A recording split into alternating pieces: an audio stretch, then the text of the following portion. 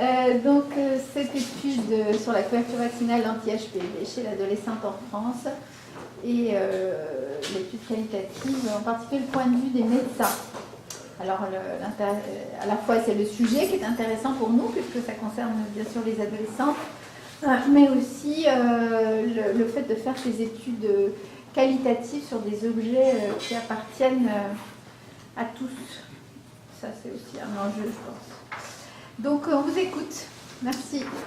Merci à vous. Effectivement, on va présenter ce sujet qui est une émanation de l'idée qu'on avait eue en groupe de recherche, parce qu'on essaie de monter un groupe de recherche clinique de médecine d'ado et de santé d'adolescent, parce que la vaccination, c'est la santé de l'ado plus que l'aspect médical.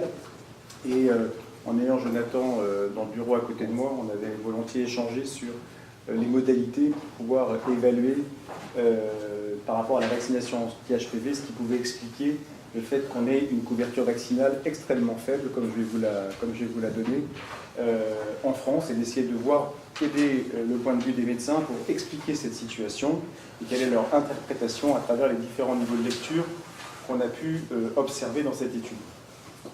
Alors, pour camper un peu le décor, pour ceux qui n'ont pas forcément l'habitude de traiter de ce sujet, je vais parler un petit peu d'HPV rapidement, et puis après on verra les enjeux de la vaccination et des difficultés de celle-ci. Alors évidemment, vu qu'on parle de vaccins, on parle de laboratoire pharmaceutique, vu qu'on parle de laboratoire pharmaceutique, on parle de financement, et donc il n'y a aucun financement et aucun conflit d'intérêt avec l'un des deux labos qui vend le vaccin. Alors le papillomavirus, c'est le virus extrêmement banal des verrues, en fait, celles que vous attrapez à la piscine.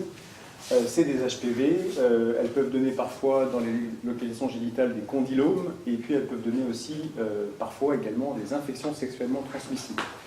Ce sont des infections sexuellement transmissibles qui sont extrêmement contagieuses, et c'est la plus fréquente de toutes, en sachant que 50 à 75% des femmes de 15 à 44 ans ont rencontré le virus. C'est un virus dont l'immunisation naturelle se fait lentement. Au bout de 1 an, 70% des femmes ont éliminé. Au bout de 2 ans, 90% des femmes ont éliminé. Le problème, c'est les 10% qui restent, ceux qui persistent et qui sont responsables d'une lésion chronique et qui peut aboutir aux lésions précancéreuses, le carcinome in situ, puis le cancer du col. Donc il y a 120 sérotypes et globalement, le cancer du col qui est à 100% lié au virus HPV, et quand j'ai appris les études de médecine, il y avait plein d'étiologies sur le cancer du col, mais aujourd'hui c'est 100% viral. 100% viral. Il n'y a aucune autre cause qui a été confirmée. Et donc on est vraiment dans la notion de protection ou de dépistage des virus oncogènes. Ils sont au nombre de 18. Et aujourd'hui, on protège par les vaccins deux sérotypes, le sérotype 16 et le sérotype 18, qui constituent 70% des cancers. Donc on a une vaccination qui protège partiellement de l'infection HPV. Donc on a décrit une évolution qui est très lente et on n'a pas de traitement antiviral pour enrayer cette infection quand elle est présente. Et donc voilà. Alors le cancer du col, vous avez de la chance, vous avez un reflet, donc vous n'avez pas forcément la cruauté des... Bon appétit. Service mixte. Donc dans le monde, c'est plus de 500 000 nouveaux cas par an, avec 250 000 décès. Et en France, c'est 3 000 nouveaux cas par an et 1 000 décès annuels liés au cancer du col de l'utérus. Alors, qu'est-ce qu'on peut faire par rapport à ce risque ? C'est de la prévention primaire et de la prévention secondaire. On peut faire de la prévention primaire grâce à la vaccination anti-HPV, qui a été mise sur le marché en 2006, ça fait un peu plus de 10 ans maintenant. Et elle protège donc contre 70% des causes du cancer du col, contre 2 sérotypes sur les 18 incriminés. Et puis ensuite, la prévention secondaire, s'il n'y a pas de vaccination, c'est ce qu'on conseille aux femmes de 25 à 65 ans à travers la réalisation d'un frottis tous les 3 ans.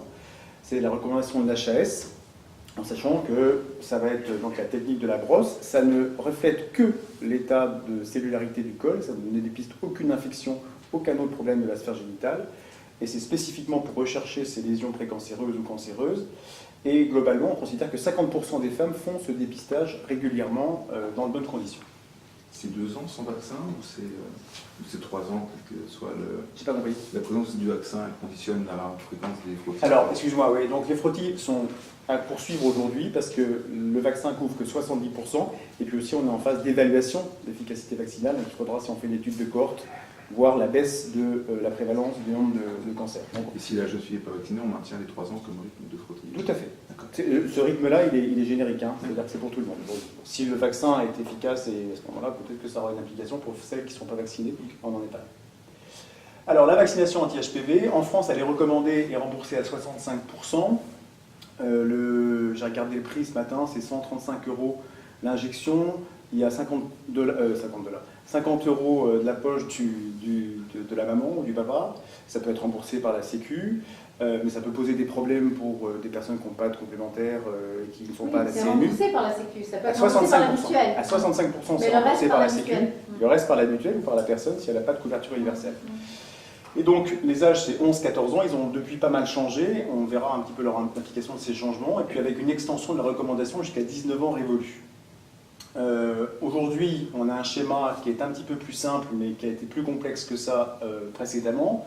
On vaccine à partir de 11-13 ans pour le vaccin quadrivalent et à 11-14 ans pour le bivalent, en sachant que le quadrivalent protège de 2 HPV qui sont associés au condylome, qui sont des verrues génitales extrêmement délabrantes dans le traitement, qui peuvent avoir un retentissement sur la sexualité. Et puis après, on a un système de rattrapage, et vous reverrez encore, vous apercevez peut-être la difficulté, c'est pas tout à fait le même âge, et puis c'est pas tout à fait la même fréquence, c'est 0,26 pour un, 0,16 pour l'autre. Globalement, chaque vaccin, chaque âge, un petit peu son schéma vaccinal spécifique, ce qui est une vraie plaie en termes d'apprentissage, puisque tout régulièrement, ça peut être amené à changer. Je ne vais pas dévoiler non plus les choses. Alors ce qui est intéressant, c'est qu'à l'international, c'est proposé beaucoup plus jeune, jusqu'à 8-9 ans, et puis chez les garçons. Parce que c'est un virus qui est manuporté, qui est partout, et donc qui est transmis, bien entendu, par les garçons au cours des rapports sexuels. Ils peuvent eux-mêmes souffrir de cancer de l'anus, de cancer de la verge. Il peut y avoir également des cancers oropharyngiens. Il y a une star américaine qui a témoigné là-dessus. C'est Douglas, non? C'est Douglas. Mais pas comme ça. Bon. Alors, la couverture vaccinale internationale, je suis filmé, oui. Bon. Je t'avais dit de ne pas le faire. Donc, la couverture vaccinale internationale, 2013-2014, aux États-Unis, il y a 38% de couverture. Alors, en sachant qu'il y a des grandes disparités en fonction des États, et donc on peut se retrouver avec parfois 80% dans certains États et puis 15-20% dans d'autres. L'Australie, c'est 85%. Toujours.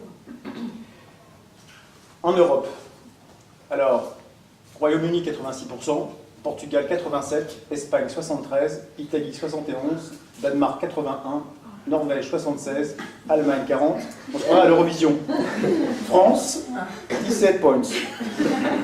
Et ça, c'était 2013-2014. Waouh. Bon. Alors, quand on regarde les chiffres de la vaccination,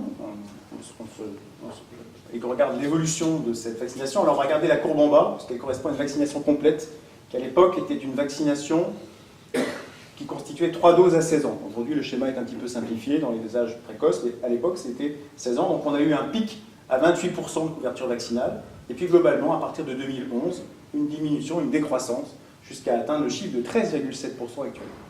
Enfin, en 2015, on pense que le chiffre a encore baissé depuis. Alors, l'objectif de cette recherche, par rapport à ce contexte, c'est de déterminer les points de vue des médecins qui sont concernés par la vaccination anti-HPV, qui proposent le cas échéant à les adolescents qu'ils rencontrent, dans un contexte de très faible couverture vaccinale, et savoir un petit peu quel est leur ressenti par rapport à cette situation et comment ils l'expliquent et qu'est-ce qu'ils peuvent proposer, le cas échéant, pour l'améliorer. J'ai juste quelques mots de méthode rapidement, et puis je te laisserai la parole pour parler des résultats. Donc on a fait une recherche qualitative, donc exploratoire et inductive. Donc les objectifs, c'était repenser les limites de la vaccination, générer de la théorie, ça c'est les objectifs de toute recherche qualitative, hein. C'était vraiment repenser un peu ce qui se passe et pourquoi cette situation française elle est si particulière. Donc voilà, l'idée de départ c'était spécificité de la situation française, hein, qui était incomplètement expliquée par les arguments classiques, c'est-à-dire qu'il y a un certain nombre d'arguments qui ont été mis en évidence pour expliquer pourquoi il y a des taux plus faibles de vaccination, pourquoi cette vaccination en particulier elle marche moins que d'autres, etc. Ça ne suffit pas pour expliquer la situation française. Le deuxième constat, et tout ça s'est construit au fur et à mesure de la recherche, hein, c'était l'idée que le médecin a quand même une place assez centrale dans cette prévention, dans cette vaccination, parce que c'est lui qui propose le vaccin, qui fait le vaccin, hein, qui délivre le vaccin. Et puis, ce constat que vous aviez en groupe de recherche de cette difficulté clinique, et je sais qu'on en parlait beaucoup à l'époque, tu venais m'en parler régulièrement, de dire toi-même, tu avais des doutes sur est-ce qu'il faut ou pas proposer cette vaccination. Donc c'était une vraie question clinique. Donc c'est pour ça qu'on s'est centré sur vraiment la relation clinique et donc la position du médecin dans cette relation. Donc, on a interrogé des médecins et des médecins qui reçoivent ces adolescents et qui sont susceptibles de proposer cette vaccination. L'échantillonnage, il a été directif et raisonné, c'est-à-dire qu'on est allé chercher ceux qui allaient nous donner le plus de données sur la question, les médecins les plus informans. On a essayé d'avoir une représentativité des points de vue, c'est-à-dire on n'est pas représentatif d'une population, mais de points de vue. C'est pour ça qu'on a essayé d'interroger différents types de spécialités qui ont des approches différentes des adolescents et aussi des approches probablement différentes du vaccin. En tout cas, c'était l'a priori qu'on avait. Des médecins d'adolescents, des pédiatres, des médecins généralistes, des gynécologues. On a fait des entretiens semi-dirigés, donc qui permettent de centrer la perspective sur la thématique proposée, mais qui laissent une latitude suffisante pour explorer la question de manière beaucoup plus libre et faire émerger des thématiques qu'on n'aurait pas imaginées au départ. Et puis on a fait une analyse phénoménologique que je ne vais pas détailler ici, mais qui se base sur l'IPA, l'interprétative phénoménological analysis qu'on a déjà présenté un certain nombre de fois ici. Et ça aboutit à une description thématique interprétative de l'expérience des médecins interrogés. Et donc c'est ça que tu vas nous présenter. Alors, il y a eu 16 médecins qui ont accepté de participer à cette étude. C'est parti à partir du groupe de recherche et puis après de façon contigue ou recrutement par effet boule de neige, c'est comme ça que vous dites, pour recruter les différents praticiens. Et donc en orange, vous avez ceux qui ont une activité hospitalière et puis en vert, ceux qui ont une activité libérale. Donc il y a 5 pédiatres hospitaliers et 4 libéraux. Il y a un généraliste hospitalier et 2 praticiens libéraux. Il y a 2 internistes hospitaliers et 1 libéral et un gynécologue de chaque côté. Alors ce qui est intéressant, c'est que les médecins d'ado qu'on n'a pas fait figurer sur cette diapo, c'est 50% des 16. Il y a 8 médecins d'ado exclusifs. La question toute initiale, c'était est-ce qu'en médecine d'ado, on a plus l'occasion de proposer le vaccin que les autres médecins. Et l'idée, c'était aussi de travailler sur cette dynamique médecine d'ado. Est-ce qu'elle est plus favorable ou pas à la proposition vaccinale, dans l'état actuel des choses. Alors, 16 interviews, il y avait à peu près 160 à 170 pages de transcription audio. Il y avait beaucoup d'éléments d'analyse et globalement, on a centré, après avoir analysé, codé, triangulé avec Cécile Schrimpf, qui a choisi ce sujet comme thèse, et Jonathan comme superviseur méthodologique qualitatif et co-acteur de la discussion.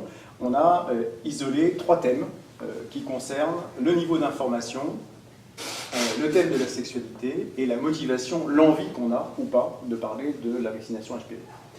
Et on a décliné ces 3 thèmes en 3 niveaux d'analyse qui sont le point de vue du médecin sur ces 3 thèmes sur la société, le point de vue du médecin dans la relation clinique en consultation et son point de vue personnel, son ressenti individuel par rapport à ces 3 thèmes. Et donc on a une analyse comme ça un peu en entonnoir, triangulaire, en tout cas du plus général au plus personnel. Donc le premier thème, c'est modalité et contenu de l'information sur la vaccination anti-HPV, et donc qui questionne les limites de l'information reçue. Donc là, je vais vous donner des verbatims qui vont illustrer les sous-thèmes correspondant au thème de l'information. Alors, tout d'abord, pour ce qui concerne la société, c'est une perception française autocentrée. Donc un des médecins nous dit « Voir la couverture vaccinale en France par rapport aux autres pays qui ont pris la même décision, c'est absolument incroyable de voir à quel point on est un pays particulier. » Il y en a un autre qui me disait « Les Australiens, ils vaccinent à 85%, ils ne sont pas pour autant tous dans la rue. » La notion de manque d'information, neutralité, désinformation médiatique. C'est un problème sociétal et médiatique beaucoup plus large, c'est-à-dire les médias portent des dossiers sur lesquels ils ne vont pas jusqu'au bout, et donc la population fait les frais d'un zapping de la part des médias où la population ne retient que l'élément dramaturgique, l'élément le plus insécure, le plus grave et le plus terrible. Le deuxième item, c'est même, enfin le deuxième verbatim, c'est même s'il y a des messages santé publique, je trouve qu'il y en a plus de l'autre côté, du côté anti-vaccination. L'impression d'être seul par rapport à la décision vaccinale, le manque de soutien institutionnel, je ne suis pas sûr à 100%, parce que je trouve finalement que les autorités de santé ne sont pas vraiment prononcées, et c'est ça qui me paraît compliqué. Par rapport à la perception en consultation sur l'information, le médecin exprime le fait qu'il peut y avoir une multiplicité de contextes de consultation. Des sujets, on en a toujours plein. Se rajouter un motif de consultation à la fin de notre propre chef, c'est enfin, voilà, moi je trouve ça bien, mais dans la réalité des choses, souvent quand on arrive à la fin de la liste du patient déjà, voilà, ou à la fin des questions de la maman sur l'acné, les règles, la pilosité, le poids, l'école, les comportements, rajouter l'HPV, vous voyez. Donc il y a aussi une anticipation de dire que ça va être compliqué. Le problème de temps, si l'adolescent est là pour autre chose, parler de la vaccination pendant un quart d'heure, c'est quasiment impossible.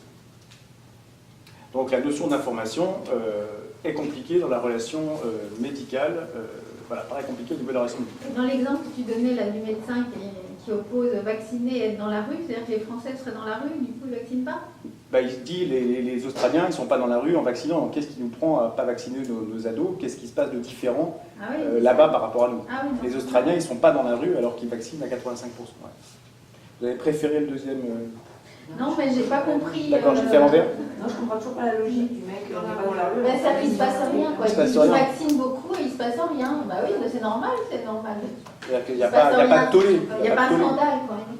Et si- Ah, manifeste pas, c'est ça que Oui, c'est c'est ça. Je crois qu'on devenait pauvre tout d'un coup. Non, mais tu vois, c'était On pas. enlève les SDF. On connaît rien. D'accord. Ils Non, sont mais pas dans la c'est rue, ça. ouais, d'accord. C'est pas un Ils scandale. manifestent quoi. pas, quoi. Ah, ouais. Il m'a dit, ils sont pas dans la rue, donc je vais pas, je traduis pas. Moi.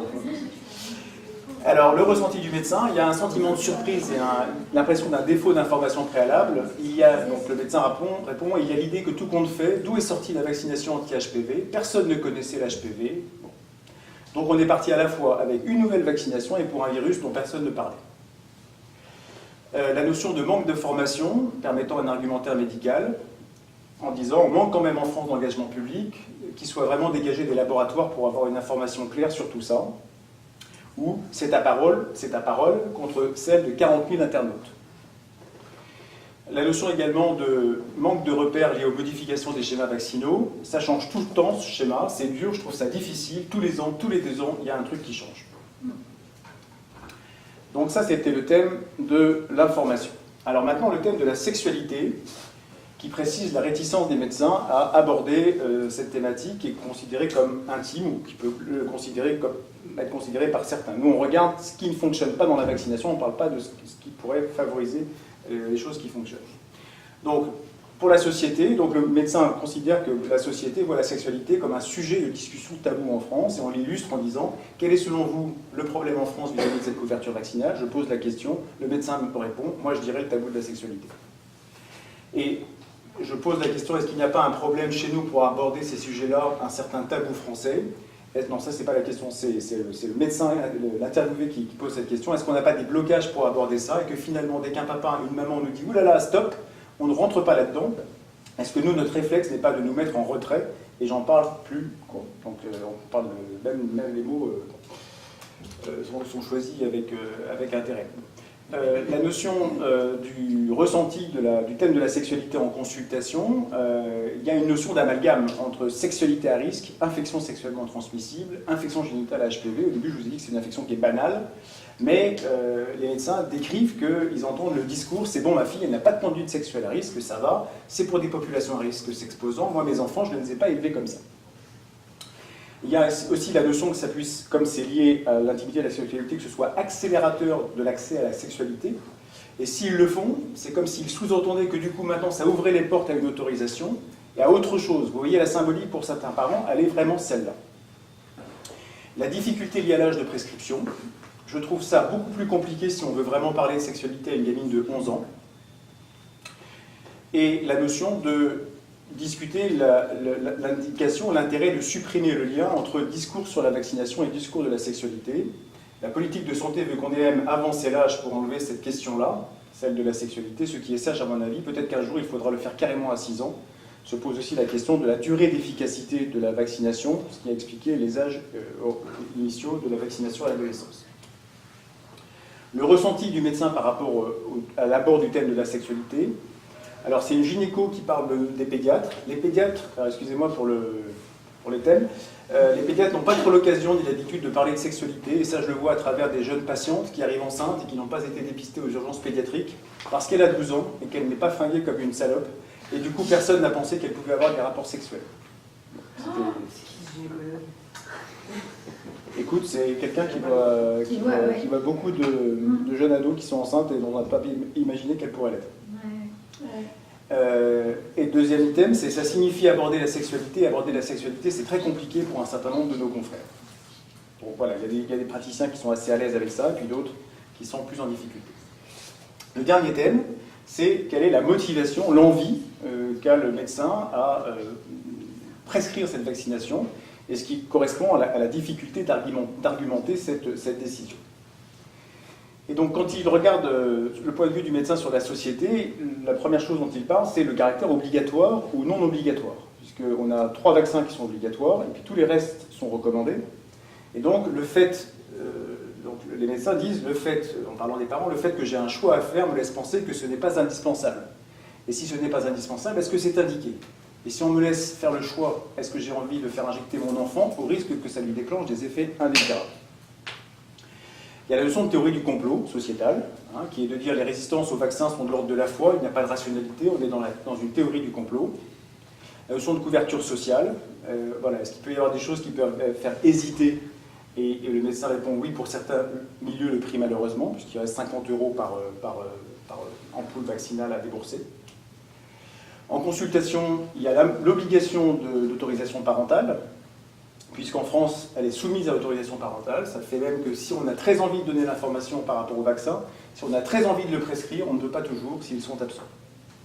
Il faut l'autorisation des 2 parents? Un parent. Ah, pardon.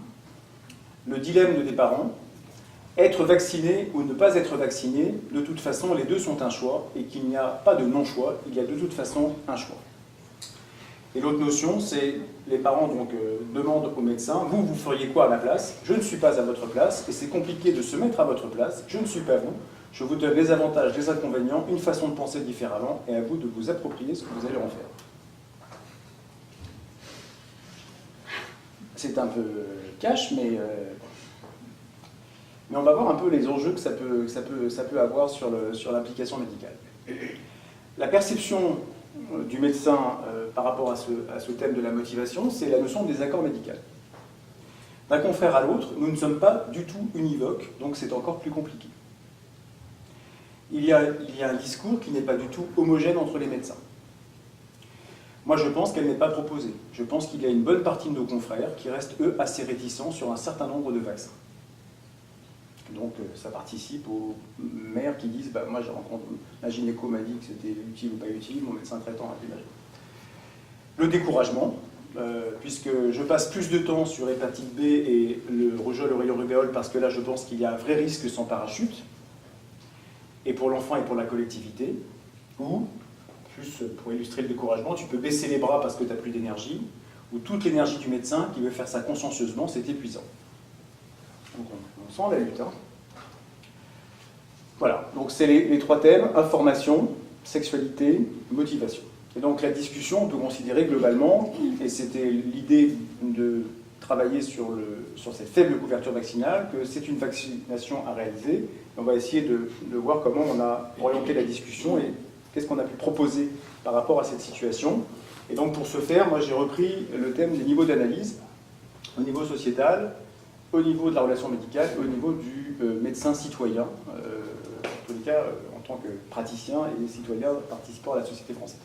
Alors notre contexte sociétal, il est quand même bien connu, on le connaît pas mal, c'est celui de l'esprit critique, du bashing, qu'il soit politique ou dédié à n'importe quel thème, et avec une certaine défiance sur le progrès scientifique, un certain conservatisme, et parmi les progrès scientifiques, le progrès médical, et parmi le progrès médical, la vaccination, qui est un des sujets les plus sensibles dans l'Hexagone. On n'a pas résolu le problème de la question éthique du bénéfice individuel et du risque individuel par rapport aux bénéfices et risques collectifs, c'est-à-dire qu'on se positionne toujours par rapport à nous-mêmes et pas du tout par rapport à la collectivité. Et une étude qui a été publiée en 2017 sur le taux de confiance de 66 pays dans le monde sur les vaccins nous place en dernière ou avant-dernière place par rapport à des pays occidentaux ou en voie de développement. Enfin, en tous les cas, on est à un niveau 0 en termes de confiance. Non, mais après l'Afghanistan. Hein. Oui, enfin, je veux dire, moi, j'ai pas vu tous les pays parce que c'était. J'ai regardé l'Afghanistan, ouais. je me souviens. Et donc, globalement, le contexte sociétal fait qu'on est dans une logique de suspicion générale au sein de la relation clinique par rapport à ce sujet de la vaccination. Donc cette relation clinique, on l'a vu qu'elle est d'une certaine façon associée, dans un grand nombre de cas, à une certaine réticence parentale. On a parlé des sexualités, on parle peu des effets secondaires parce que ça c'est une situation qui est assez commune dans toutes les publications internationales. Il y a également des interrogations médicales qui sont réelles ou fantasmées, comme les réticences parentales, et qui constituent les principaux freins à la proposition du vaccin. Et donc, ça fragilise la relation, l'alliance médecin-patient, et le médecin doit engager sa position, sa responsabilité, sa position d'autorité pour défendre la vaccination anti-HPV. Et globalement, il se sent dans une situation de quasi-marchandage, quasiment de représentant médical, quasiment. Et donc, il est suspect de défendre des intérêts pharmaceutiques. Quand on codait, on avait codé VRP, je crois. On avait codé VRP, ouais. Mais on l'a modifié. On l'a modifié. Alors, enfin, ce médecin, il est également citoyen, c'est-à-dire qu'il est aux prises avec le jugement sceptique de la société, le doute qui est présent partout, hein, à la télé, à la radio, sur Internet, dans les conversations de comptoir, etc. On sait que ce n'est pas forcément le niveau le plus élevé. Il est aux prises avec les limites d'une information et d'un soutien institutionnel qu'il juge insuffisant. Il trouve que l'État, les institutions ne prennent pas suffisamment leurs responsabilités. Et il est dans une position critique très française, ce qui est beaucoup plus nuancé à l'international, puisque les professionnels font plus confiance dans leur système de santé publique, et cette confiance plus élevée est associée à moins d'hésitation pour la population à se faire vacciner, à plus d'importance, et à plus d'impression de sécurité vaccinale. Donc on sent vraiment que les dynamiques sont vraiment symétriques, dans un sens de diminution chez nous, et dans un sens plus positif dans d'autres pays. Le médecin citoyen, son avis donc, peut être implicitement l'écho de la réticence générale, qui peut jusqu'à dominer sa motivation professionnelle à répéter des messages de prévention, surtout s'il ne se les est pas suffisamment appropriés. Ça aboutit à un certain niveau d'hésitation à réaliser ce vaccin, et on est dans une situation paradoxale qui amène que le médecin peut être gêné pour l'aborder, enfin d'abord l'aborder sans conviction, bon c'est déjà pas mal, le retarder parce qu'il considère que c'est pas l'âge, ou l'éviter parce qu'il considère qu'en face, il y aura une réticence qui va fragiliser l'alliance. Et donc on avait l'impression que l'engrenage était en place, c'est-à-dire que si les médecins n'en parlent pas ou peu, c'est qu'il n'est pas utile de se faire vacciner contre ce virus, et indirectement, le médecin devient un élément du discours antivaccinal. Donc c'est là que le médecin peut avoir sa propre responsabilité dans ce processus de couverture vaccinale basse par rapport à tous les enjeux qui peuvent se passer autour de lui. Alors, pour finir, les propositions qui nous ont semblé proposées par les personnes interviewées, une fois qu'on les avait un petit peu réorganisées.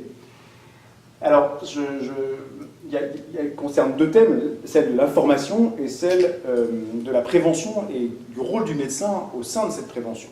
Alors, il faut savoir que Alain Fischer avait été diligenté par Marisol Touraine pour faire l'année dernière, sur 2015-2016, un rapport, une concertation citoyenne sur la vaccination en France.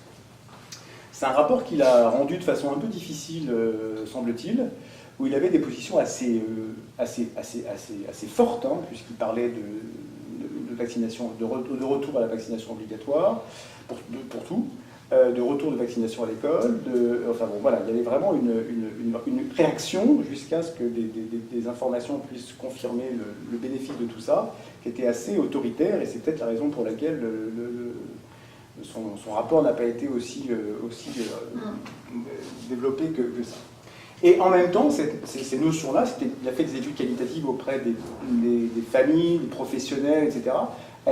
Ce sont des thèmes qui sont largement repris par nos médecins interviewés, parce que eux, leur demande, c'est effectivement, et ce qu'on observe, c'est qu'il y a une nécessité de mieux préciser le discours médical pour mieux proposer cette vaccination, que le médecin soit assez calé sur ce vaccin, par rapport à son rôle, par rapport à son bénéfice, par rapport à ses éventuels risques. Il existe des risques, par exemple, de syndrome de Guillain-Barré qui sont connus. En dehors de ça, rien n'a pu être observé 10 ans après la mise en place de ce vaccin. Développer et diffuser une information neutre et scientifique, on a l'impression effectivement qu'il n'existe pas de haute autorité de la vaccination qui soit dissociée des laboratoires pharmaceutiques, et donc il y a une impression d'absence d'autorité indépendante. Et l'idée, c'est qu'à partir du moment où on a ces informations, c'est de pouvoir la proposer systématiquement, sans anticiper la réaction des parents par rapport à la vaccination. Et il demande également que les institutions, c'est-à-dire l'ARS, l'HAS, le ministère, etc., le Haut Comité de vaccination, soient plus directives sur le choix du vaccin. Par exemple, le fait qu'il y ait 2 vaccins anti-HPV, ça pose un problème. Voilà, par rapport au schéma vaccinal, on a vu qu'il changeait tout le temps. Par rapport à l'âge, on a vu qu'il rajeunissait. Par rapport au remboursement. Par rapport au sexe, est-ce qu'il faudra continuer à vacciner que les filles puisque d'autres pays vaccinent les garçons avec un taux de 50%, quasiment. Donc, qui est quasiment 4 fois plus que ce qu'on arrive à faire chez les filles. Alors, le deuxième point, c'est la notion de prévention et de formation. Et donc, la question qui se pose, c'est quelle est la place du clinicien dans le système de prévention en médecine d'ado, ou en santé de l'adolescent, plus exactement. Et globalement, aujourd'hui, c'est sur lui que repose de façon structurelle la prévention, à la différence de nombreux pays où elle peut être organisée autrement et où la couverture vaccinale, peut-être que c'est en lien ou pas, est supérieure. Donc globalement, le médecin est au cœur de ce système de prévention, même s'il existe des informations scolaires et d'autres façons de santé publique de proposer des informations, mais globalement, dans la proposition vaccinale, c'est une prescription médicale, c'est en lien avec la relation clinique. Et globalement, cette prévention, les médecins y sont assez peu formés. Moi, je n'ai pas le souvenir dans mes études de médecine d'avoir eu une matière même de prévention. On parlait un peu de prévention. Il faut savoir en plus que la prévention, ça s'actualise chaque année. Donc, comment est-ce qu'on peut dégager des possibilités d'avoir l'accès à cette formation de prévention? Et ce qui est drôle, c'est que l'adolescence, c'est vraiment un gap en termes de prévention, puisque les choses sont super codifiées de la naissance à 6 ans, avec les consultations pédiatriques, le développement, etc., et les vaccinations également, avec à ces âges-là une couverture vaccinale qui est à 80-90%. Et ce qui est drôle, c'est que dans certaines interviews, les médecins racontaient que les parents disaient qu'ils avaient eu une tartine de vaccins pendant toute l'enfance et que maintenant ça suffisait et qu'il n'y avait pas besoin d'en rajouter à l'adolescence, comme s'ils avaient saturé au maximum dans une idée de surprotéger l'enfant à l'époque. Donc, on fait le constat que l'adolescence est donc un temps de prévention de santé qui est faible, et ça concerne le sommeil, la nutrition, les conduites à risque et toxiques, et alors qu'ils rencontrent des médecins, mais souvent à l'occasion de diagnostics, de mise en place de traitements, parfois de certificats, mais quand vous voulez un certificat pour jouer au basket, vous n'êtes pas forcément prêt à ce qu'on vous parle vaccin anti-HPV, cancer du col, etc. Donc c'est pas non plus très adapté. Et globalement, on est dans un système un peu ambivalent en France, où la prévention s'oppose à cette ambivalence sociétale, où on considère que l'adolescent serait peut-être assez autonome pour se faire une opinion, une idée en termes de prévention, en termes de santé, en termes de sexualité, alors qu'en réalité, c'est vraiment quelque chose de très individuel. Et il faut savoir qu'au niveau somatique, pendant la conférence de la santé en 2004, les médecins d'ados avaient proposé une consultation systématique à l'adolescence dédiée à ça. Et à l'époque, le ministère avait dit non, il n'y en avait pas question. Ils avaient été moins persuasifs que vous par rapport au pass ado et la prise en charge. Qui vient l'expérimentation vient de commencer. Ouais. Voilà, qui permet en tous les cas de ce que j'ai officiel. Très bien, ce que j'ai retenu, c'est en tous les cas que les adolescents qui peuvent être dépistés comme à risque de souffrance psychologique peuvent avoir une consultation systématique et ouvrir au droit à 10 consultations avec un psychologue. 12. Voilà, donc en tous les cas, on n'était plus dans un truc systématique mais ponctuel, vous étiez dans quelque chose qui était un peu plus en fonction des besoins. En tous les cas, pour la prévention globale, on s'inscrivait là-dedans, mais ça n'a pas été retenu du tout. Se pose toujours la question de la décision politique de faire quelque chose qui aura un impact 10, 20, 30 ou 40 ans plus tard, ce qui est très difficile à mesurer. Ça avait été proposé, ça, la consultation par qui? Domlay, et à l'époque c'était Ruffo qui était associé, alors je ne sais pas comment il a parlé de la vaccination, mais je pense que Boudaillé devait être dedans aussi. Boudaillé et Jacquin. Sommelet, Boudaillé et Jacquin. Alors, donc par rapport à cette leçon de prévention, donc, on peut se questionner sur le lieu de la vaccination, on peut se poser la question d'un retour à la vaccination à l'école, mais l'idée qu'on en a pour les plus vieux, c'est qu'il y a eu toute cette polémique sur la vaccination hépatite B qui était associée à un rattrapage vaccinal pour les collégiens. Polémique qui n'a pas été confirmée depuis, où il n'y a pas plus de risque de sève que de jambes cassées avec le vaccin anti-hépatite B, même si on continue de m'en parler en consultation. Et donc globalement, la consultation médicale reste le premier lieu d'information et de réflexion sur la vaccination en France, le premier lieu d'échange, le premier lieu d'accord ou de refus. Et donc l'idée, c'était d'améliorer la méthode, les moyens pour former sur les messages, les techniques de prévention, l'entretien motivationnel et les promotions à la santé, et puis essayer d'obtenir des moyens pour former et pour obtenir des moments, des temps de consultation systématiques dédiés à l'adolescence sur la santé en général, dont la vaccination. Alors, pour conclure, par rapport à tous ces éléments, on se retrouve dans une situation paradoxale vis-à-vis d'une vaccination anti-HPV qui est extrêmement faite à l'international, très peu faite chez nous, ou qui entraîne beaucoup de situations assez ambivalentes en termes de positionnement. Et ce qui est intéressant, c'est que cette vaccination, au-delà d'un chiffre de couverture vaccinale bas, elle renvoie à une réflexion individuelle, personnelle, médicale, professionnelle et sociétale. Et donc on a vraiment l'impression que le praticien est à la croisée de ces chemins. Et donc il apparaît comme juge et partie à propos de sujets qui sont polémiques. On peut parler des vaccinations en général, on peut parler de la sexualité. Et souvent ces sujets ne sont pas anticipés, parce qu'on n'est pas dans une société qui prépare, à la différence d'autres pays anglo-saxons, au fait que plus tard il y aura des rapports sexuels, des relations sexuelles. Non, on n'en parle pas. À un moment on en parle, on dit tiens tu vas avoir un vaccin pour pas avoir un cancer, et puis là c'est fini. Et on n'a pas du tout une éducation, en tous les cas une façon, une pratique qui nous permet d'anticiper ces sujets. Et donc ce qui est fondamental, c'est que ces médecins doivent être convaincus du bien fondé, enfin nous on doit être convaincus du bien fondé de la proposition par une information jugée impartiale, et ça nous permettrait de devenir des acteurs indépendants de la prévention individuelle et collective. Donc c'est important de pouvoir, à la lumière de cet exemple de vaccination anti-HPV, reconsidérer tout l'ensemble de la prévention de l'adolescent. Voilà. Je vous remercie. Là j'ai mis les quelques médecins qui participent au groupe de recherche, d'où est sortie l'idée voilà, qui sont des médecins d'un peu partout. Il y a Emmanuel qui vient de Toulouse, mais globalement sinon c'est assez francilien. Voilà. Et on a d'autres sujets. Juste un dernier mot. Je voudrais remercier Jonathan. Ah bah oui. Parce que je pense qu'on s'est échangé 80 mails avec des corrections et des recorrections et des retouches. On appelait ça du ping-pong en fait. On faisait ping-pong, voilà, c'était avec une rapidité de correction qui permettait d'avancer assez vite. On voit bien l'intérêt quand même de ces études comme ça, à la fois qualitatives et pluridisciplinaires. Ah, oui. Franchement, ça apporte quelque chose vraiment de nouveau.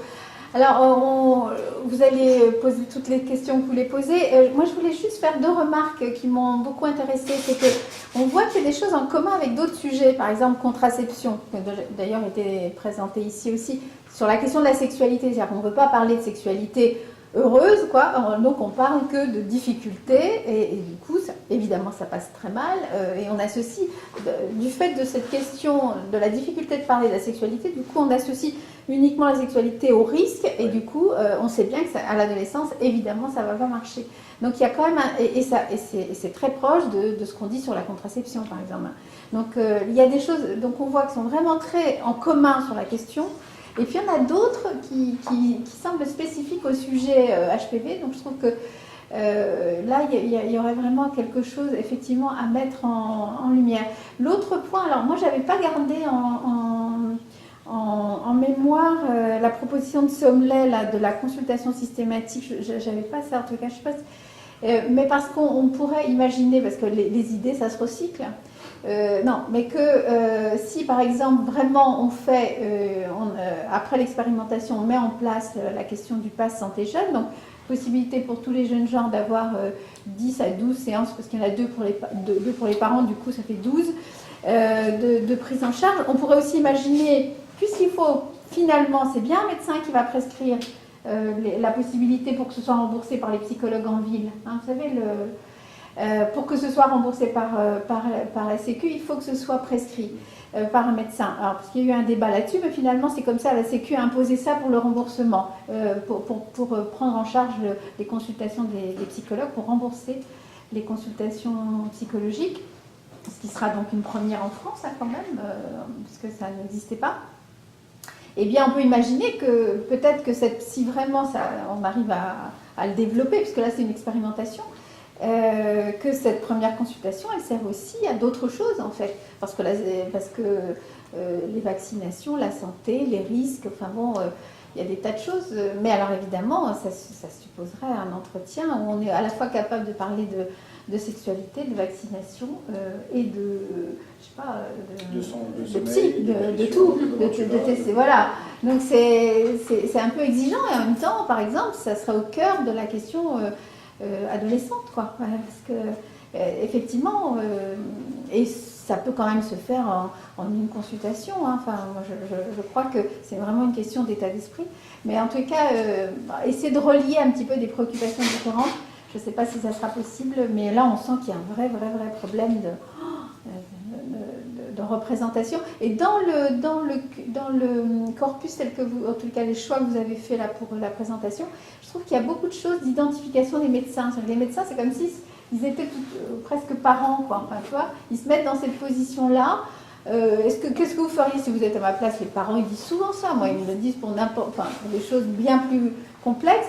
Et ils ne s'engagent pas, quoi. Parce qu'en fait, je pense qu'ils se mettent eux-mêmes tout de suite dans une position... Alors, certains s'engagent. J'espère. Mais non, mais dans ce qui fait ambivalence. Voilà, dans ce qui faisait ambivalence et ce qui pouvait freiner l'accès à la vaccination, on a eu aussi beaucoup de réponses qui étaient moi, je l'ai fait à mes filles. Et souvent, la question de confiance, c'est celle-là. Vous l'avez fait à vos enfants. Oui, parce que dire je vais vous donner les avantages et les inconvénients, t'imagines? Qu'est-ce que tu vas donner comme inconvénient de la vaccination? Déjà, ça décrit une réticence. Oui, ça veut dire qu'il faut prendre une décision Ça, c'est vrai que ça a été.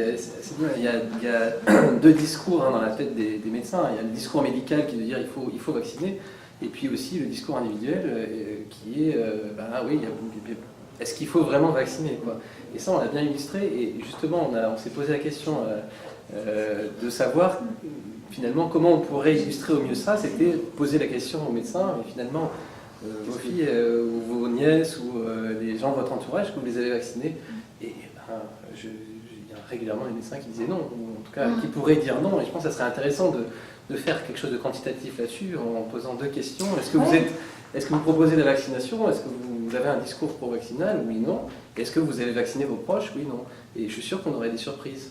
De manière mais alors tu vois, là je trouve que c'est un peu spécifique ça, par rapport à d'autres choses. Je pense les médecins généralistes, que parfois on se rend compte qu'un certain nombre vont être un petit peu ambivalents, par exemple devant un adolescent qui a un peu des idées noires, de lui dire va consulter un psychiatre, par exemple.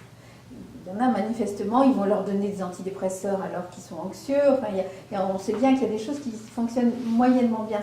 Mais si eux, ils sont confrontés à ça, ils vont sans aucune difficulté me téléphoner pour hospitaliser leur adolescent. Donc il y a une ambivalence, mais pas pour eux-mêmes.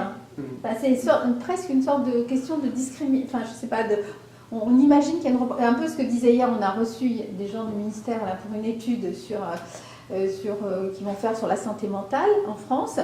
Et ils nous parlaient, mais ils nous disaient, mais il faudra absolument qu'on évalue la représentation que les médecins ont de la santé mentale. Par exemple, est-ce que lorsqu'on est fou, c'est guérissable? Alors je dis, bah oui, si vous posez la question comme ça, c'est sûr que... sauf que c'est comme ça qu'ils l'ont posé dans la dernière grande étude. Le fou, le malade et je sais pas quoi. Ils ont fait les nappes. Là, c'était des épidémiologistes des grandes études. Ils ont fait Polytechnique. Épidémio.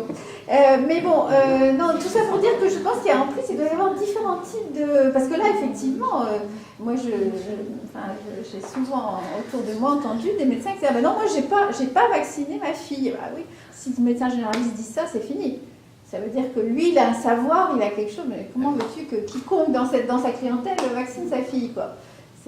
Alors, le quantitatif, c'est difficile parce que là, il y avait une étude française alors faite au moment où on était à 20-28% à peu près de couverture, et il y avait à peu près 80 praticiens qui proposaient la vaccination.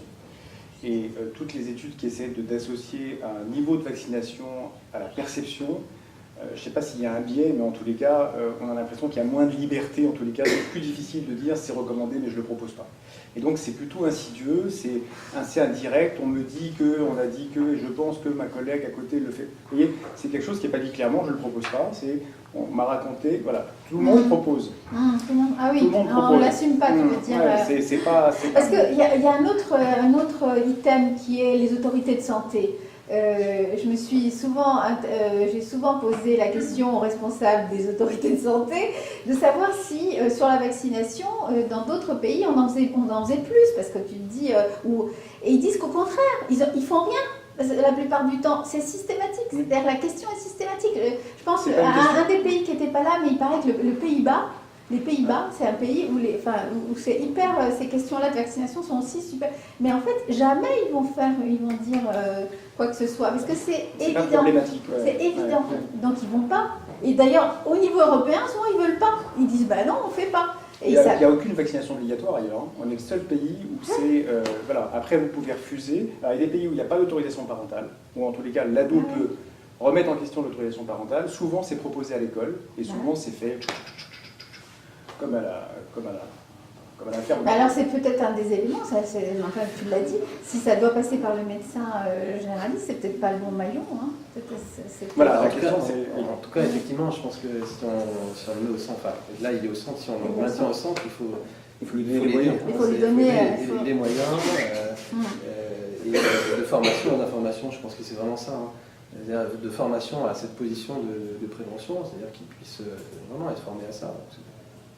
C'est un vrai boulot. Pour en avoir discuté avec Bruno Falissard, il me confirme ça, hein, que c'est un vrai problème en France, c'est-à-dire qu'on n'est pas du tout formé à la prévention. Toutes nos études de médecine, on les passe à savoir comment soigner, comment diagnostiquer, comment prévenir. C'est réservé aux médecins santé publique, quoi. Puis c'est ceux qui sont les derniers à l'internat. Enfin voilà, ça donne un peu l'image, quoi. Avec la psychiatrie, globalement, c'est ce qui est le moins important dans le soin, quoi. Et donc, je caricature, mais tu me connais. Donc je pense qu'il y a un peu ce travail-là à faire en France de former un peu plus à la prévention et de donner un peu plus d'importance à la prévention. Et puis effectivement, d'informer davantage. Je pense qu'il y a un bruit, je pense qu'on a, bruit de fond. La médecine n'a pas passé le cap du numérique et on est encore dans quelque chose où on a l'impression de donner l'information, mais finalement on n'en donne pas. Et ce qui ressort, c'est uniquement la contre-information et la mauvaise information, la désinformation. Vos questions, commentaires? Solution. Oui, proposition. On a quel recul les premiers là, en Australie, à 85% à être vaccinés, c'est depuis combien de temps? Je ne sais pas depuis quand ils sont à 85%, mais la vaccination pour tout le monde, elle a 11 ans. 11 ans. Donc ça fait des centaines de millions de vaccinations qui ont été faites. Et donc ils ont déjà des chiffres sur le fait que ça a baissé d'autant le cancer du col de l'utérus? Non, parce que en fait, l'âge moyen de survenue il est un peu plus tardif, donc il faudra encore attendre 20 à 30 ans pour pouvoir comparer la prévalence. Ouais. Puis on protège Alors ce qui est intéressant, c'est qu'il va y avoir un vaccin. Comment? C'est pas ce qu'attendent les Français. Oui, enfin on peut avoir 12 000 morts d'ici là, quoi. Il n'y a pas de mal, hein. Je veux dire, si on a peur. Tu demandais, je pense qu'il y a aussi un truc de logique on a l'impression que le principe de précaution. Voilà, les Français qui manifestent pour un oui, pour un non, qui de toute façon sont contre le changement, ils veulent des preuves. Tu as l'impression que c'est presque culturel. On se demandait pourquoi, parce que c'est quand même invraisemblable que ce soit de 15% chez nous, c'est ça maintenant 13,7. 13,7.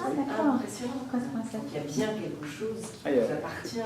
Oui, mais en même temps, les arguments, tu dis des preuves, les arguments qui sont utilisés contre sont totalement irrationnels. Donc, mais des preuves de l'efficacité, si tu veux. Parce que là, effectivement, quand ils verront qu'en Australie, il y a 85% de cancer du col en moins, qu'effectivement, c'est particulièrement efficace.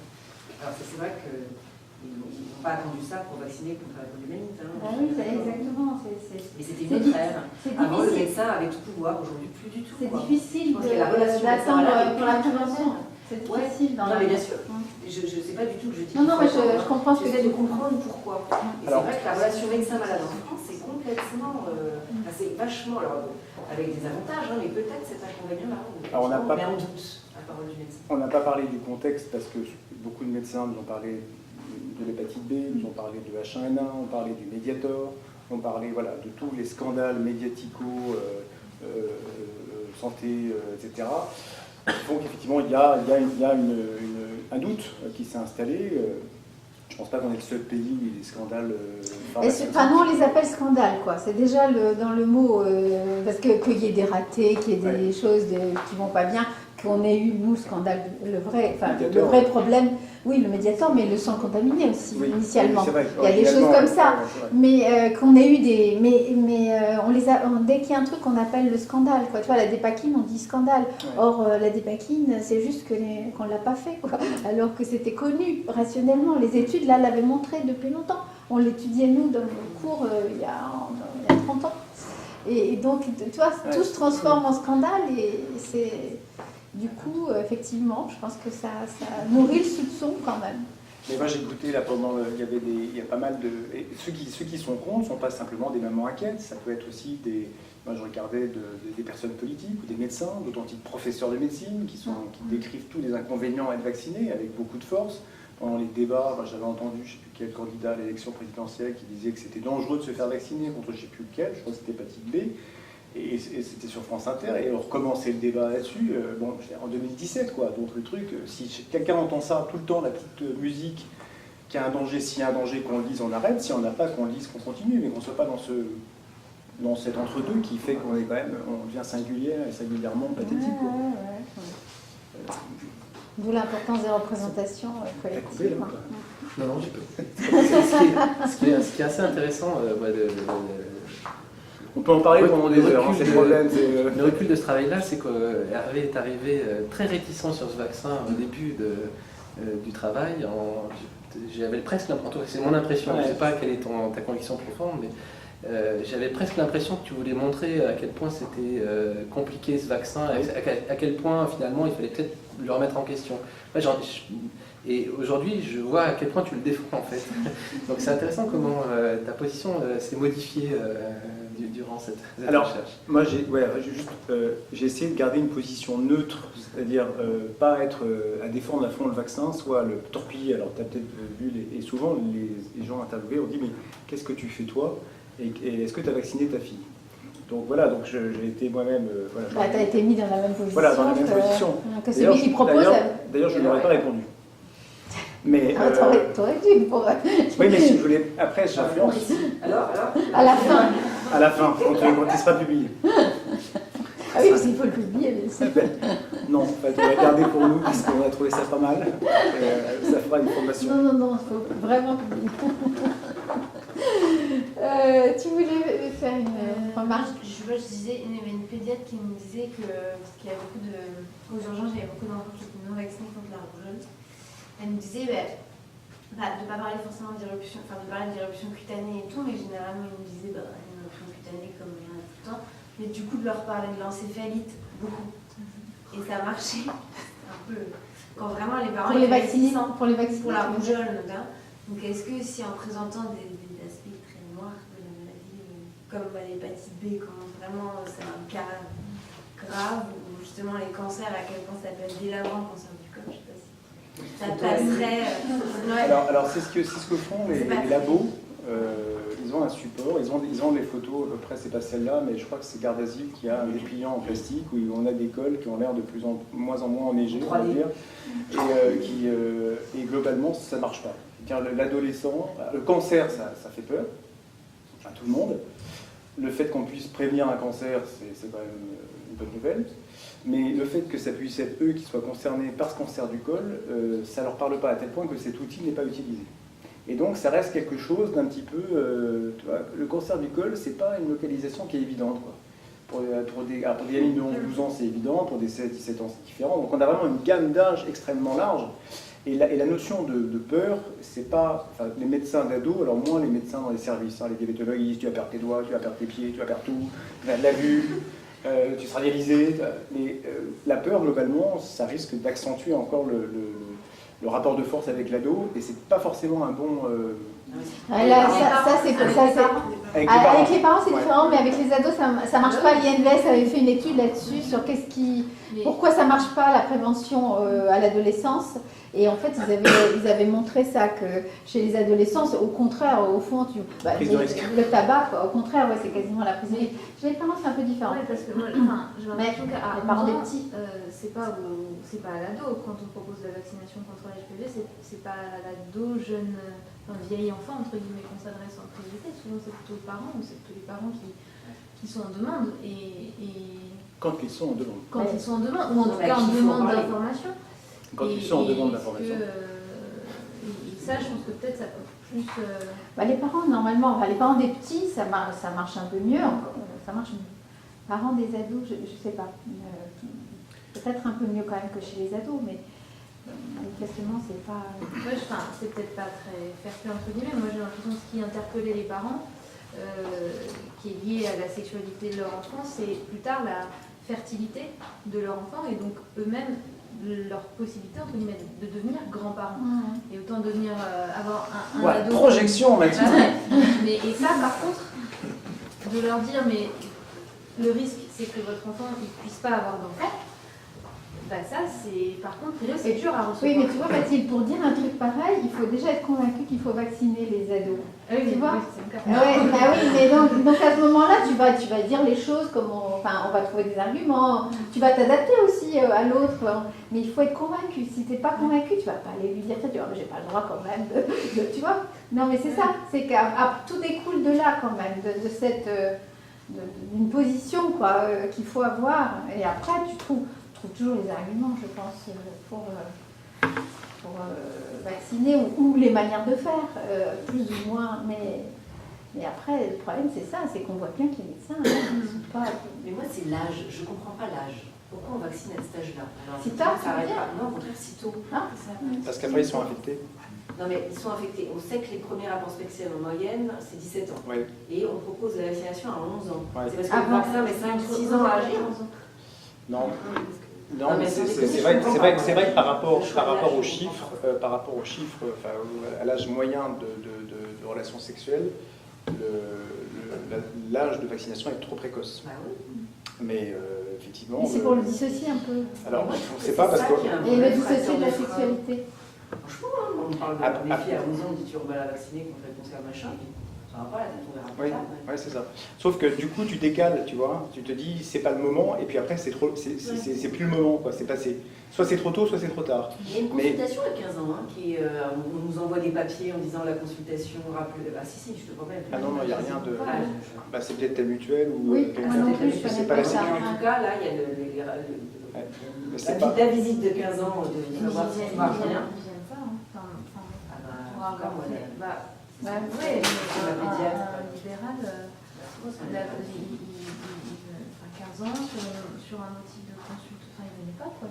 Mais moi, à mon avis, c'est plus ça qu'il faudrait faire. Éventuellement, le certificat pour parler de ça. Oui, c'est ça. Je croyais qu'on ne faisait plus maintenant les certificats. Il y avait une histoire là qui voulait changer l'histoire des certificats. Ils ne voulaient plus de certificats médicaux. Je ne sais plus pour quelle raison, mais.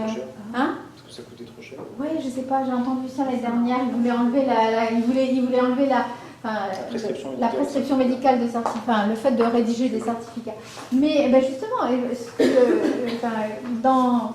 avec l'idée nouvelle de prescrire quelque chose autour de la santé des ados, peut-être qu'on pourrait y associer des éléments de vaccination. Mais la logique, c'était quoi de le faire dès 11 ans ou dès 9 ans? Avant, c'était 14 ans. Avant, c'était à l'adolescence. On considérait que, voilà, en moyenne, il y avait une... Après, tu es d'accord que tout le monde ne va pas avoir des rapports sexuels à 17 ans. Non. Si tu veux faire plus ou moins... Des rapports sexuels à 17 ans. Voilà. Donc ça a dû, ils ont dû prendre plus ou moins de DS et puis ils ont dû dire, voilà, ça peut commencer à 14-15 ans. Mais pourquoi 11? Alors, mais parce qu'ils veulent le différencier de la sexualité. Ils considèrent que plus l'enfant est petit, moins on est plus dans la protection du risque de cancer que dans l'idée que ça peut être associé à une sexualité, puisque tu as ton gamin qui est S1P1, tu vois. C'est pas au moment où ça a baissé de 28% à 13% que c'est passé de C'est H1N1, 14 ans à 11 ça. ans? C'est H1N1. Le moment où ça baisse, c'est H1N1. L'idéal serait de le faire à la naissance, les premières années de vie avec tout le En reste. anténatal. C'est vrai. Non, mais, en même temps que la synthèse. Mais je crois que ça pose des problèmes de couverture. Oui, sauf que ça y avait un doute sur le fait que ça... Non. Ça a C'est pareil, on le fait quand ils sont bébés, mais l'hépatite. Oui, l'hépatite B. Et ce vaccin, il a l'inconvénient... Parce que ça protège, ça protège un risque de cancer à 30, 40, 50 ans. Donc effectivement, ça a autant de sens de le faire à 14-15 ans que de le faire à 6 mois. d'ailleurs, c'est intéressant le fait de protéger contre quelque chose à venir, alors que quand on protège contre la méningite, contre la rougeole, contre les orions, etc., c'est quelque chose que l'enfant peut attraper dans la foulée. Alors que là, on est dans la perspective de relations sexuelles, C'est problématique. puis effectivement des complications. Alors l'autre souci, c'est qu'ils ont quand même communiqué bizarrement au début, parce qu'ils ont dit que c'est un cancer qui protège contre les lésions précancéreuses. Oui, c'est un vaccin. Oui, pardon. Un vaccin qui protège contre les lésions précancéreuses. Et c'est après seulement qu'ils ont commencé à parler de cancer sans pouvoir autant le confirmer à 10 ans. On est sur un délai un peu court. Donc il y a eu un peu une extension d'indication. Et puis c'est 70% seulement. Donc il y a 30% qui restent. Et donc à la rentrée, ça va peut-être mettre tout le monde d'accord. Il y a un nonavalent qui sort, enfin, qui a déjà été prescrit dans certains pays. Et donc là, on va passer de 70 à 90% de couverture. Il rajoute quelques sérotypes. Voilà, de façon à améliorer la protection. Alors, bon, il va falloir recommencer les schémas 0, 1, 2, 6, 3, 4, 12, 13. Enfin, En plus, on fait des schémas d'une complexité, franchement, les médecins, ils s'arrachent les cheveux.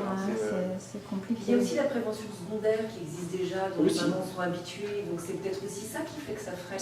C'est le parachute.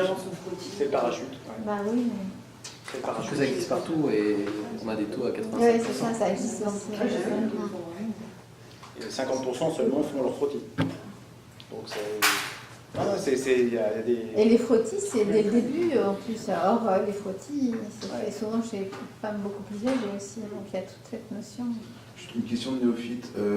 Le risque n'est que chez les 10% qui développent un portage chronique du HPV. Le HPV oncogène. Le HPV oncogène intervient dans la genèse de 100% des cancers du col. Donc finalement, il n'y a que 10% de la population qui est apte de déclarer un cancer. On n'a pas des possibilités de 10% des infections. 10% des infections. 75% sur un peu.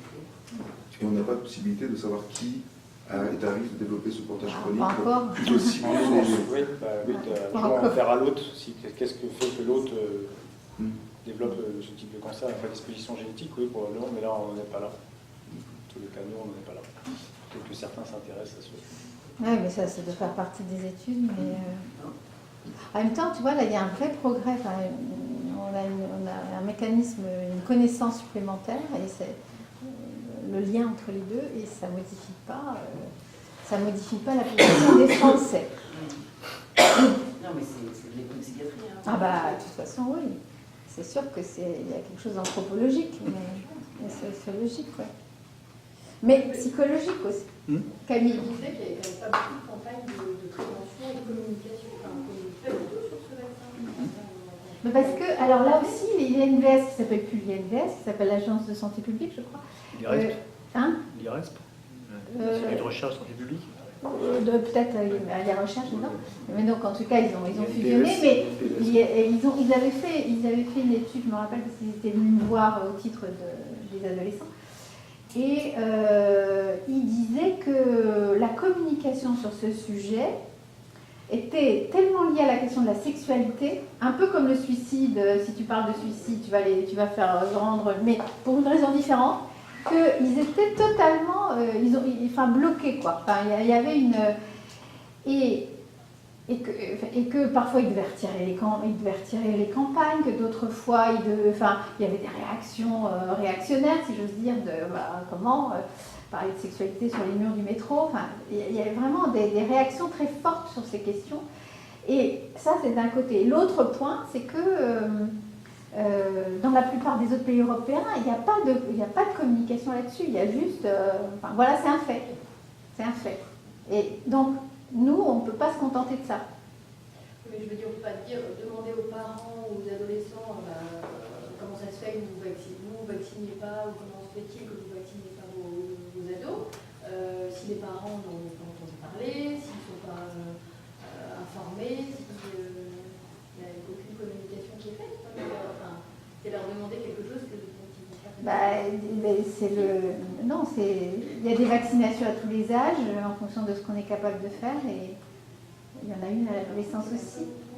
Ouais, toi, tu as l'impression que cette information n'est pas connue ni donnée. Là, on n'a pas parlé des médecins scolaires ou des infirmiers scolaires. On n'a pas l'impression qu'il y ait quelqu'un qui porte soit le généraliste, soit le pédiatre ou le médecin scolaire. On a l'impression que Mais ils le portent tous normalement, mais avec ambivalence, tu vois. Ouais. Sur les médecins scolaires, il n'y en a plus beaucoup. Oui, il y a Les infirmières scolaires s'occupent quand même plus des problèmes d'absence, de troubles anxieux et de sclarification que de vaccination. Je pense qu'aujourd'hui, elles n'ont plus leur rôle, elles sont tellement peu nombreuses qu'elles n'ont plus un rôle de prévention. Tu vois. Elles sont même plus impliquées là-dedans. Hein. L'urgence, c'est vraiment bon moralement. Ah oui, c'est sûr. Ah oui, non, mais il y a quelque chose qui ne va pas de soi. Peut-être qu'elles sont compliquées, hein, ces campagnes. Ouais. C'était intéressant, il y avait un des pédiatres, que je ne citerai pas, que certains connaîtront, qui est franco-canadien, et qui a fait toutes ses études au Canada. Il dit là-bas, tout est mandatory, fortement conseillé en fait, et c'est naturel de le faire. Ouais, et les anglo-saxons ont une façon d'intégrer ces informations au fur et à mesure du cursus scolaire. Ils en parlent en famille. Enfin, c'est pas quelque chose qui est... c'est normal, quoi. C'est comme le soir, enfin, faire attention de ne pas être suivi, ou de regarder à droite et à gauche avant de traverser, enfin, des choses qui sont... Les filles. Les enfants. Donc, et nous, c'est quelque chose qui tombe un peu comme un cheveu sur la soupe, nulle part. Bah oui. On développe plein de trucs de permis piéton, permis vélo, parce que ça, on prend cet exemple. Là, sur ces éléments-là, dans la scolarité, les enfants, maintenant, ils passent par on leur propose de prendre soin, de faire attention quand même à certaines choses, tu vois, on leur donne la possibilité d'eux. Et sur la question de la santé, pas tellement. Alors normalement, il y a aussi parcours, je ne sais plus comment ils appellent ça, le parcours santé ou je ne sais pas quoi. En quatrième. Oui, mais pas seulement, normalement ça doit être repris, mais alors, ça dépend des endroits. Il y en a qui le font qu'en quatrième, il y en a qui... moi je me souviens de mes enfants, ils l'ont fait plusieurs fois, mais ça dépend vraiment des... Et ils avaient entendu parler à l'école de ça. Mais c'est totalement... voilà, c'est pas du tout mandatory, quoi. C'est pas quelque chose qui est évident, obligatoire, prescrit, etc. T'as des gens intéressés à l'école qui vont faire ça. Il y a aussi en maternelle aussi, des fois ils voient un ophtalmo, Dépistage sensoriel. Dépistage sensoriel. dentaire. C'est chez les petits, c'est chez les petits. Jusqu'à 6 ans, c'est très bien fait. Oui, c'est ça.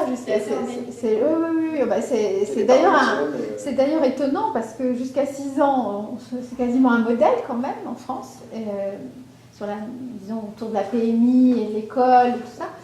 Puis après, il y a une rupture. Alors l'adolescence, c'est pire que tout. Il n'y a plus rien. C'est même contre-productif puisqu'on dit des choses négatives, quoi. Ou alors on ne les dit pas, ou quand on les dit, on parle que des choses très très très négatives.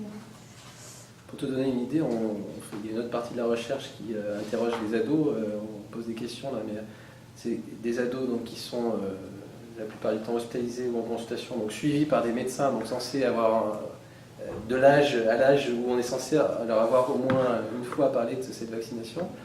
Et sur les questionnaires, il y a peut-être la moitié où ils répondent « je ne sais pas, je ne connais pas, je ne sais pas ce que c'est que cette vaccination ».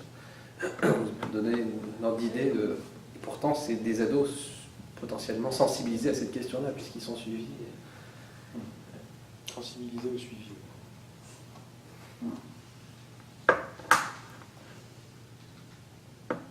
Par exemple, en hospitalisation, on n'interroge pas systématiquement la vaccination anti-HPV. C'est depuis l'ouverture, hein, ça remet pas en question. Moi, j'étais très d'accord avec les médecins qui disaient... Faudrait le faire. Oui, mais il faut qu'ils aient l'info. Hervé soit complètement d'accord, il n'est pas sûr. Non, c'est pas ça, c'est qu'on se rend compte que pour parler d'un sujet tel que celui-là, mais c'est pas là pour l'hépatite B, parce que l'hépatite B, couverture vaccinale, l'hépatite B méningo, qui sont la triade avec l'HPV, on est à 50% méningo, alors que franchement, purpura fulminans, voilà, ça existe encore. Ça existe, voilà. Et puis l'hépatite B aussi. On est à 48, 50, 55%, c'est-à-dire vraiment inférieur à d'autres, mais où ils sont à 90. Voilà, il faut vraiment qu'on soit dans une discussion et que les sujets soient disponibles pour en parler, parce qu'on va être dans un sujet où il y aura une certaine réticence, où mon médecin m'a dit que c'était inutile, ou etc., où j'ai peur des effets secondaires. Donc ça veut dire qu'il y a vraiment un temps qui est fait pour ça. Et quand vous avez un gamin qui va pas bien, qui fait plus d'injections à l'insuline, etc., on ne se rajoute pas un problème. C'est vrai que tous les services de médecine ado disent « je vous ai mis l'ordonnance, vous verrez avec votre médecin traitant ». Et puis voilà, est-ce qu'il y a une suite ou pas, ça dépend des niveaux de motivation des uns et des autres. Donc c'est vraiment l'idée d'avoir ce lieu réservé à ça qui les intéresse. Alors qu'est-ce qui peut les intéresser? C'est ça, parce qu'en hospice, on tombe dans ce que les médecins racontaient, du moment un peu aigu, où on n'a pas le temps de parler de ça. Et puis regarde ce qu'on fait par rapport au tabac. C'est pas le moment où on va essayer de baisser le vrai. Tabac, sommeil, Il y a la question du moment. Il y a quand même un coup sur deux, tu parlais des carnets, on doit déjà rattraper le DT qui est en retard. Donc on a déjà, pour que tu vois qu'il y a une hiérarchie, tu vois. En hiver, il faut vendre le vaccin de la grippe. Ouais. Alors là, on a le DT polio, la grippe à vendre. Mais on a une certaine réticence à le faire, c'est pas...